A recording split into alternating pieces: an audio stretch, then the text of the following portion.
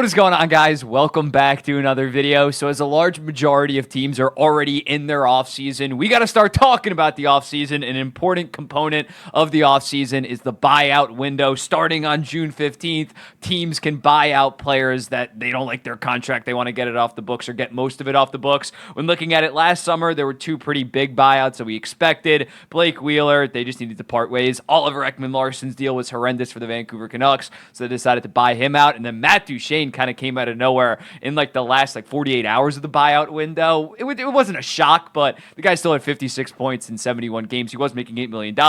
But we have some serious candidates this year in terms of potential buyouts, so I wanted to run through it. Most of these guys are on playoff teams, considering playoff teams want to shed some of their worst contracts. So we're going to go through 10 guys right now, and I'm going to tell you what their buyout will look like. I'll show you the cap friendly. I'm going to be using cap friendly, what their buyout hit at each single year was, how much they're saving, and then at the end, for the 4 to 5 years that the cap hit remains, how much left, and whether or not they should do it. Some of these teams, I don't think that they should buy out this player. Some teams definitely should. So let's go through it right now. Up first, we got Jesperi Kotkaniemi. Kotkaniemi has 6 years left at $4.82 million, but considering he's under the age of 26, it is a very team-friendly buyout. It's only $835,000 the next 3 years, then goes down to $455,000 for 3 years, and then $835,000 for the remaining 6 years.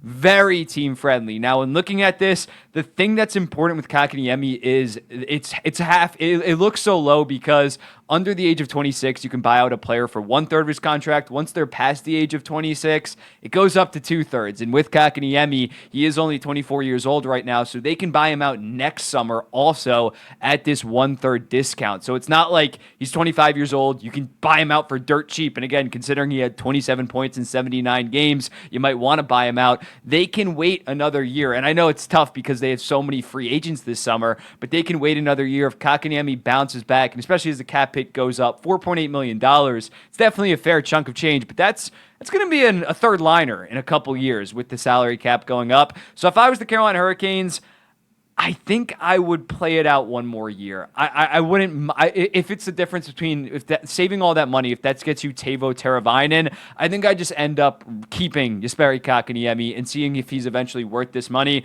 Considering, although his contract is bad, I think he can return to a 40, 45-point guy, be their third-line center, and it's not like it's some horrible contract that's only going to age worse. No, he's coming into his prime, if at all. I think this was a bit of a down year, 1 playoff point in 11 games. It's unacceptable. But I think that I would give Kotkaniemi one more year on this deal. And then after this, if he's still not worth it, then you buy him out next summer. Because even next summer, they still got to re-sign Burns and Slavin. Their deals come off the books, so they're going to have to need some money there. I would lean towards no for Kotkaniemi. It's going to be a cap crunch in terms of re-signing guys, but I wouldn't cut Kotkaniemi loose quite yet, considering they do have that extra year of next year to be able to buy him out at such a low cap hit. Next up, Jeff Skinner. Jeff Skinner's a pretty interesting one. 3 more years at $9 million, 1.44 next year, so they save a lot of money, $7.6 million roughly. Then it bumps up to 4.4, 6.4, that's bad in 3 years, and then 2.44 the next 3 years. When looking at Jeff Skinner, had his resurgence in 2022 when he had 33 goals and 30 assists for 63 points,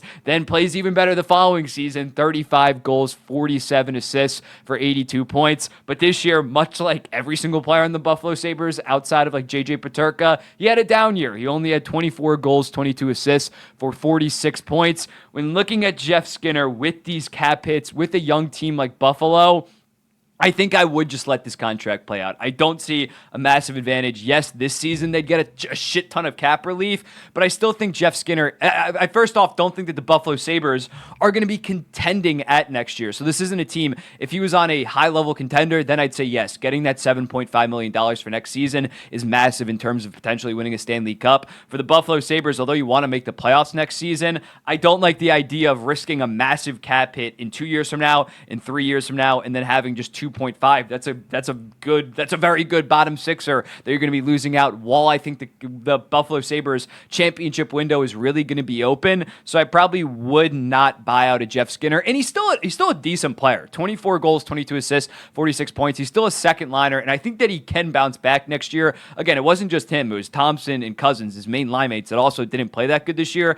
I think Jeff Skinner can be a 30-30 guy next year. I don't think that's ridiculous. He's only 32 years old. It's not like he's 35, 36. Ryan Suter, Zach Parise, when they got bought out, I would lean towards no for Jeff Skinner. If he was in more of a situation where it was more of a win now, then maybe you do it. But right now, I think for Jeff Skinner, they just play it out and hope that he has a bounce back. And again, this year wasn't even that bad. He's still a $5.56 million player. It's not like he's this $3 to $4 million player that you need to completely move off of.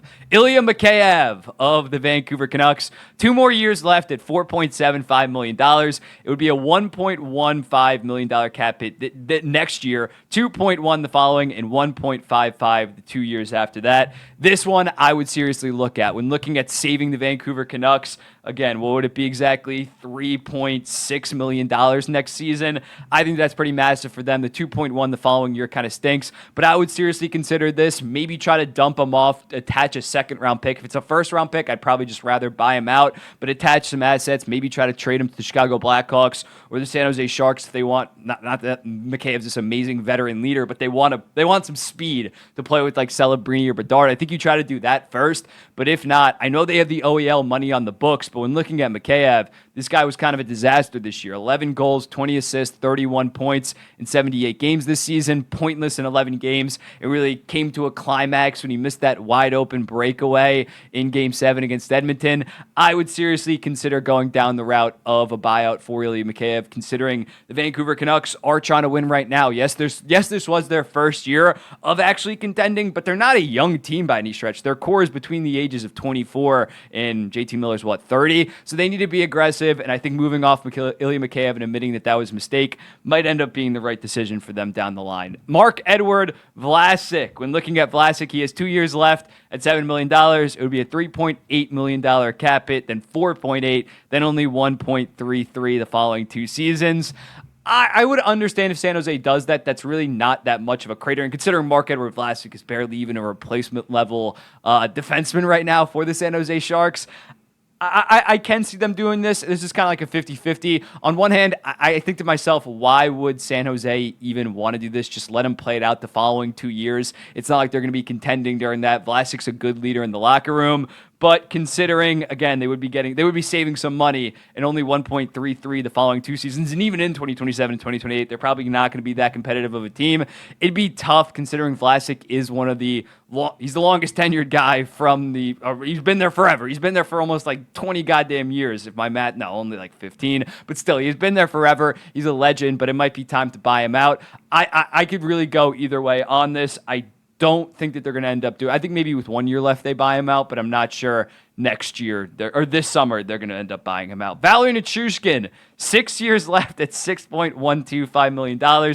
They'd gain cap next year with $180,000, then $500,000, then $3 million, $3 million, $5 million, $5 million, then $1.7 million about for the next 6 years. This is a really tricky situation because apparently his what he did failing a drug test and going into stage 3 of the players assistance program, it's not enough to constitute a contract, a mutual, like a breach of contract and off the salary cap. They would have to technically buy him out. I don't think that they should. When looking at this, not saying that he's not a massive liability for the team, but I think they either should give him a chance considering his contract is so good. Again, $6.125 million.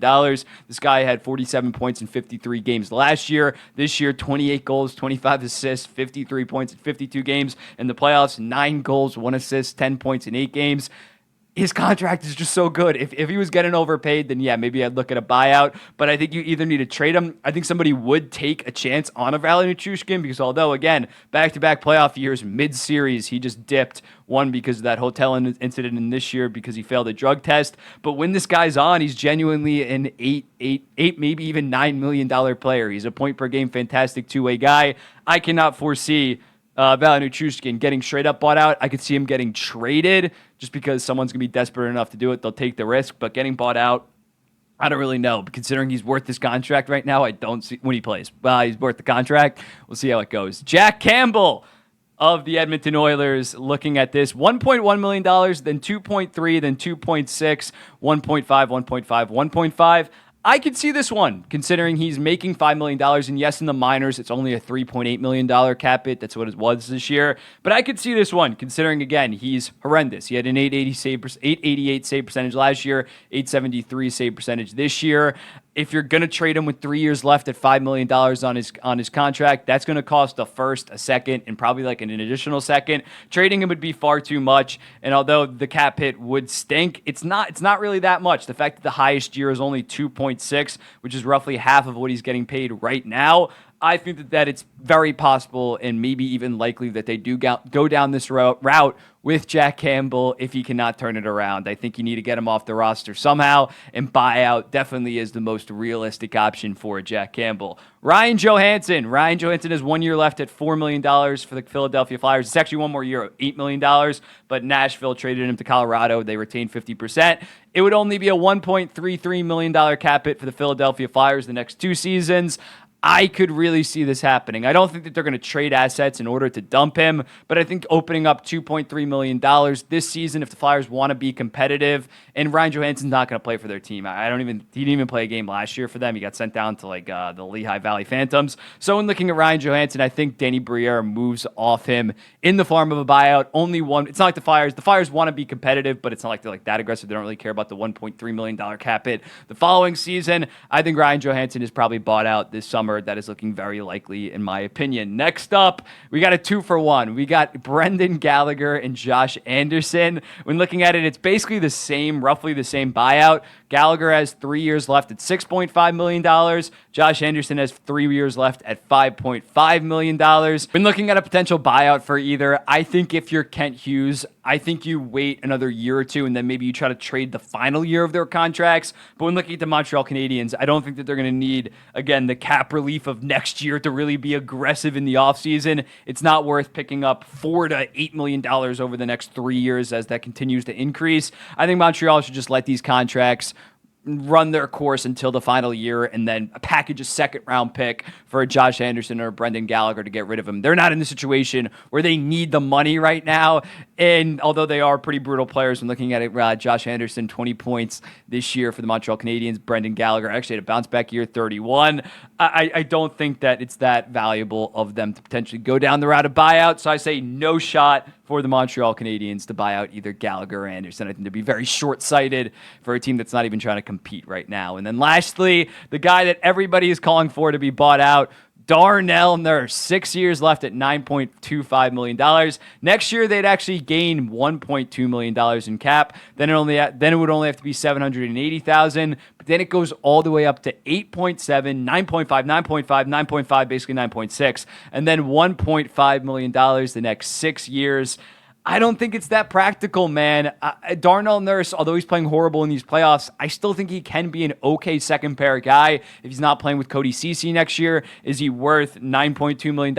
Of course not. Is he even worth half of that? It's a debate if he's even worth $4.6 million. But when looking at this, especially with the way Edmonton's shaping up contract-wise, yes, you get relief next year and the year after, but in that 2026-2027 season, that would be the second year of Draisaitl and Bouchard's extensions, and it would be a first year of McDavid's extension. So for those following 4 years, between 2027 through 2030, it would be utter cap hell, man. It would be insane if they're paying a guy $9.6 million just to not play for their goddamn team. It would be cheaper to have Darnell Nurse in those years comparatively. This buyout is insane. So when looking at it, I don't know how realistic a Darnell Nurse buyout is. I think you definitely got to wait a couple years. Maybe you buy him out when he only has 3 years left, even 4 years left, or you try to trade him down the line. But right now it's 6 years left with that buyout structure. Who really cares about the $1.5 million down the line? But Darnell Nurse, he can be decent. He can be a decent player. I don't think that he is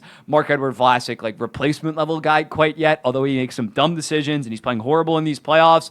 I don't think going down, I think would be very short-sighted. Yes, Edmonton in the following 2 years would have a shit ton more cap relief, but 2 years for the next 4. This isn't like Edmonton's McDavid's 33, Draisaitl's 34, and they have a couple more cracks at it, and then it's just a rebuild. Who really cares? No, Edmonton should be thinking about the next 6, 7, 8 years, and considering 4 of those years would be a disaster cap space-wise, I think that they shouldn't buy out Darnell Nurse. But let me know in the comments, which one of these guys do you think that they should buy out? Which ones they should not? What do you think is actually going to happen with these? Let me know in the comments. What do you think? I'll be seeing the next one.